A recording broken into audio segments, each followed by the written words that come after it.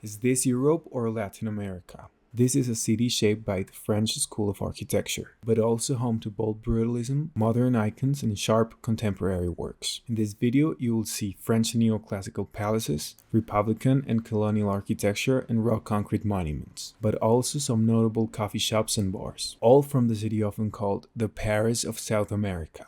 Hello everyone, this is Andres. Today I'm in a city that is highly inspired in European architecture but is located in Latin America. This is Buenos Aires, and today we're going to explore its architecture. Before we dive into specific places, a quick frame helps. From the late 19th to early 20th century, Buenos Aires rebuilt itself with European influence, especially French academicism and Belle Epoque attitudes. Immigration waves brought architects and engineers and craftspeople who replicated the urban language they knew. Grand avenues, diagonal cuts, palaces, cafes. Later in the video, I'll show you how that plays out in the streets, corners, and neighborhoods. But first, we start downtown. Our first stop, a 19th century postal palace turned into one of the most ambitious cultural centers in South America. Commissioned in 1888 for the National Post and Telegraph, it evolved from a utilitarian plan into a French academicist monument. Mansard roof, truncated dome, and grand stone-clad facades. By 1997, it was declared a National Historic Monument, preserving both its architecture and original furnishings. Decades later, the building was reimagined as a public cultural hub, keeping its historic elegance while inserting bold, contemporary structures within. It's a perfect dialogue between heritage and modernity. You'll find three key spaces: La Ballena Azul, or the Blue Whale, a major symphonic hall, a concrete ovoid about 47 meters long, 40 meters wide, and 20 meters high. It appears to float in a 50-meter void carved from the old internal courtyards. Structurally, it sits on three supports, two big rear supports and a front tongue that penetrates the slab. The belly slab is 1.10 meters thick and post-tensioned in two directions. 90 steel ribs shape the volume, then are skinned and concreted in horizontal bands. Special natural rubber bearings isolate vibrations, vital because of a nearby metro line. Inside, La Gran Lámpara, or the chandelier, a glass volume floating in the central void, glowing like a lantern with calories inside. La Jaula, the cage, a steel and concrete frame that ties the old and new together, housing restaurants and technical areas above. It spans over 100,000 square meters of culture, exhibitions, auditoriums, rehearsal rooms, and public terraces. It's one of those rare projects where restoration and innovation meet sequels. You feel the gravity of the old palace and the lightness of the new architectural intertwined. The void itself becomes the project. From a restored palace to a structural statement, next we move to one of Buenos Aires' most iconic brutalist buildings, Banco de Londres y América del Sud. Designed in 1959 by Clorindo Testa with Cepra, it was a radical counterpoint to the neoclassical banks around it, yet still respects the city's rhythm. It reinterprets the classical base, column, and top line. The base recedes to open the sidewalk. The columns become sculpted concrete supports, filtering light and views, and the upper edge aligns perfectly with the neighboring cornice to preserve the street profile. Inside, the space opens into a tall public hall, where three office floors hang from the roof grade above. A sculptural stair spirals through the center, and the structure itself becomes the architecture. Engineers Hilario Fernández Long and Horacio Regini made that daring concept possible with steel hangers, massive U-shaped frames, and high-strength concrete. Even the air conditioning system becomes part of the design. Air diffusers turn into sculptural trees, and ducts hide within the concrete ribs. It challenged the taste of its time, but time proved it right, turning this once controversial project into a masterpiece of Argentine modernism. Keeping the adaptive reuse thread, we head to a former market reborn as a civic magnet. Now I'm here in Abasto Shopping, a great example of how Buenos Aires architecture transforms its previous architectural forms into new ways of using a space. Originally built as a public market in 1893, it served the city's growing population for decades before closing in the 1980s. After years of abandonment, it was reborn as a shopping center through a collaboration between MSGSS, Benjamin Thompson Architects, and Pfeiffer Zurdo. I hope I spell it all right. Architecturally, it's a dialogue between three eras. The first building from the 19th century was brick and iron. The second, from 1934, by Del Pini, Sultican, the ones that are on the screen, brought reinforced concrete and sweeping Art Deco vaults, the same ones that still define the facade on Avenida Corrientes. And the third, the new addition, bridges both with glass fronts and step plazas, creating an open and luminous interior. What you see today is a structure that keeps the outer shells of the old market while carving new life inside. From an industrial conversion to a Belle Epoque icon, our next stop is Galleria Pacifico, another repurposed landmark, but with a different character. More neoclassical, French style, and exclusive. Built in the 1880s by architect Emilio Agrelo, it was inspired by Paris' Bon Marché and Milan's Galleria Vittorio Emanuele II, a true statement of the city's Belle Epoque ambition. Its facades, framed with Ionic columns and heavy rustication, reflect the monumental scale of late 19th century Buenos Aires. Originally planned as a luxury department store, it later housed the National Museum of Fine Arts and the offices of the Buenos Aires al Pacifico Railway, which eventually gave the gallery its name. In the 1940s, the building gained its most famous feature, the mural dome, painted by masters like Antonio Berni, Lino Spilimberg, and Juan Carlos Castagnino. Their frescoes turned this commercial space into an urban art gallery, something rare for its time. By the late 20th century, after years of decay, it was restored and reopened as a shopping center. The renovation preserved its French facades, rebuilt the domes with glass vaults, and brought the murals back to their original vibrancy. Leaving retail behind, we shift the scale to landscape. The Bosques de Palermo, or Palermo Woods, are the city's emblematic green lawns. 4 lakes, Regatas, Rosedal, Planetario, where you can find the planetarium, plazas and promenades, roughly 370 hectares. Some areas are free and open, while others have controlled access, like the Planetarium Galileo Galilei. Within this area sits the former Buenos Aires Zoo, inaugurated in 1888 and closed in 2016,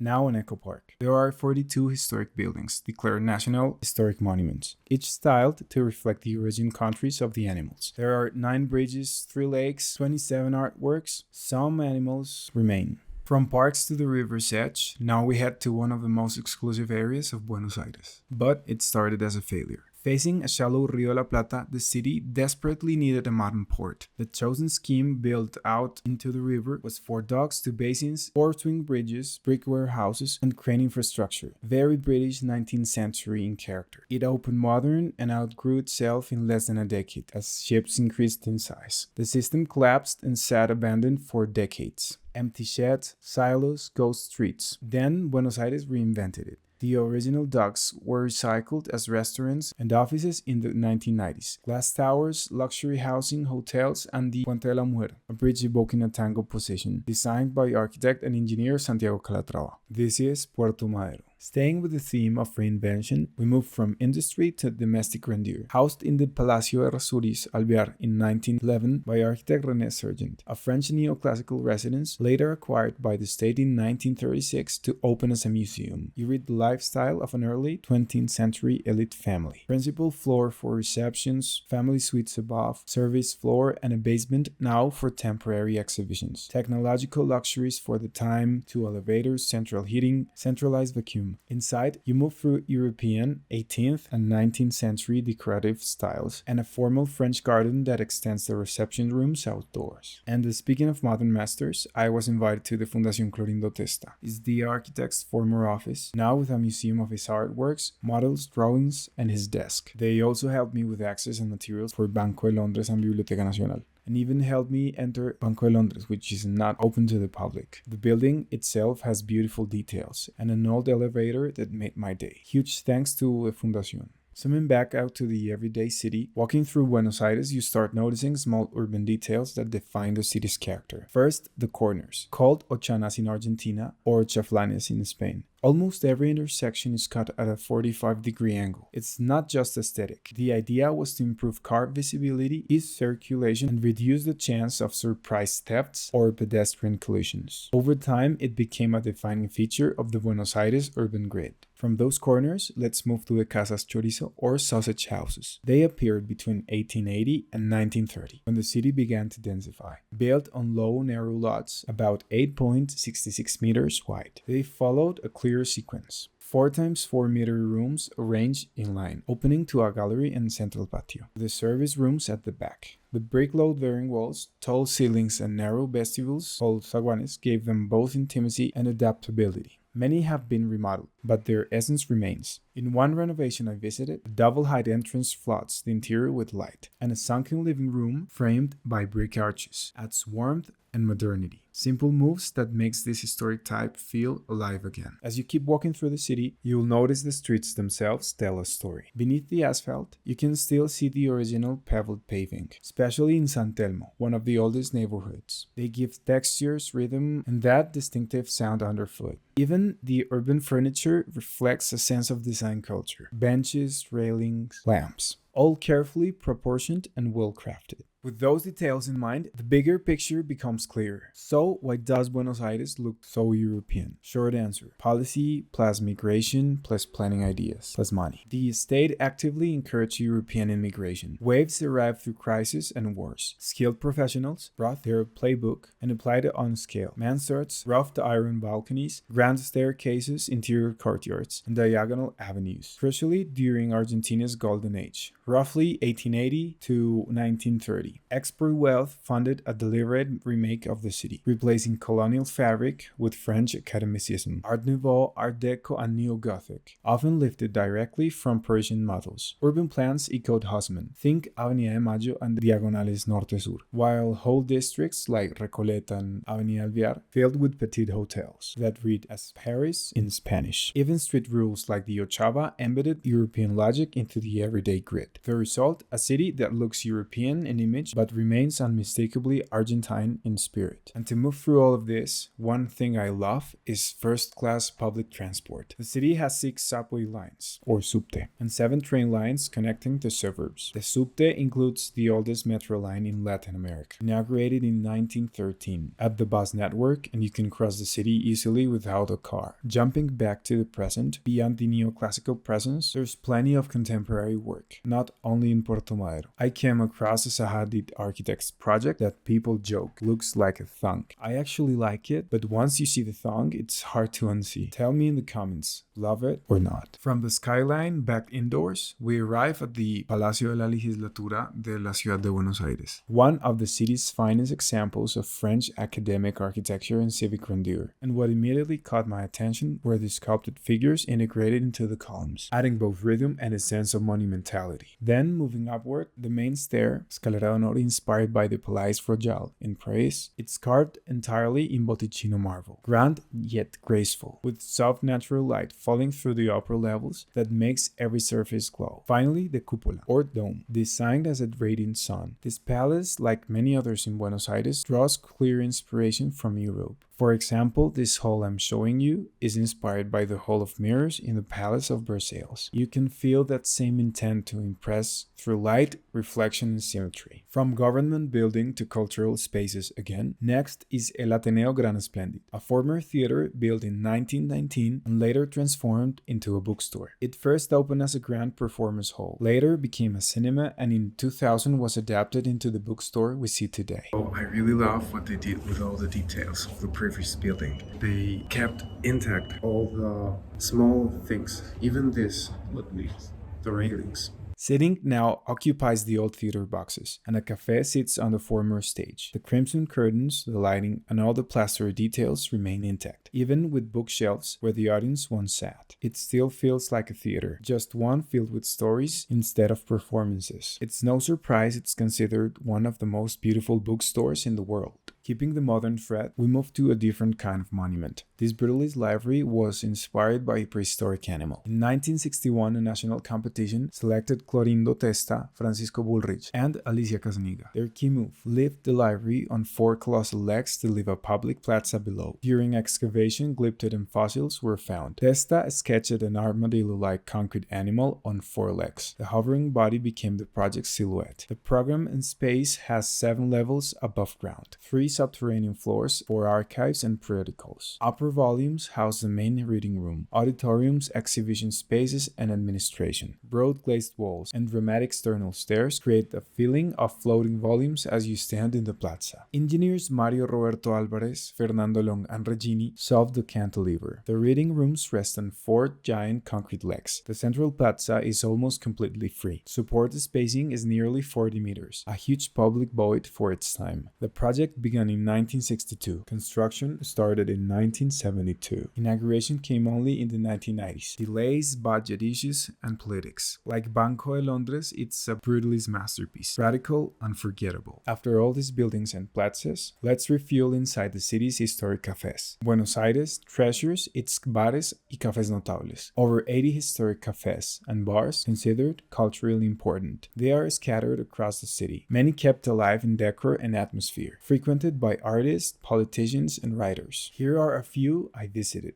Confiteria Ideal, founded in 1912, closed in 2017, restored and reopened in 2022. Architecture of the Belle Epoque, a century-old dome of 60 stained glass panels, cartapesta moldings, original chandeliers and sconces, restored elevators, and renewed stained glass. Everything is made in-house: bakery, kitchen, pastry, chocolate. There's even a laundry. Historic guests span presidents, writers, and artists, and it appears in films. Café Tortoni, opened in 1858, named after the famous Tortoni in Paris, architecture blends European spirit with Art Nouveau details. It's the city's oldest café, una avenida de Mayo with a facade by Alejandro Christoffersen in 1894. Its marble tables hosted Borges, Pirandello, Garcia Lorca, Cortázar, and more. In the basement, you can still catch jazz and tango. London City, since 1954, in the former Gath and Chavez store block, declared notable in 2000. It closed and later reopened. More industrial vibe. I even stopped for a Milanesa Napolitana. So I was told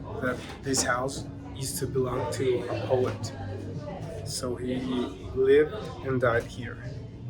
It's located near the downtown of Buenos Aires, in the more colonial part. I love the rustic, cozy wooden atmosphere. Founded by poet Rubén Derlis, a literary cafe with walls hung in portraits, about 120 figures of Argentine literature, a place for writers and musicians. To close with memory and stone, the city's cemeteries are architecture too. So I'm here in Recoleta Cemetery. I couldn't record on Chacarita because some guards told me I had to ask for some permits, and I wrote some emails, but I didn't have enough time to make all that permit. So I'm finally here.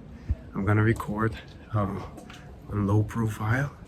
So let's check it out. Recoleta opened in 1822 as the city's first public cemetery, laid out by French engineer Prospero Catelin. Across 5 hectares, you find temples, even small pyramids, over 4,500 vaults. More than 90 are National Historic Monuments. Some of these places have many floors.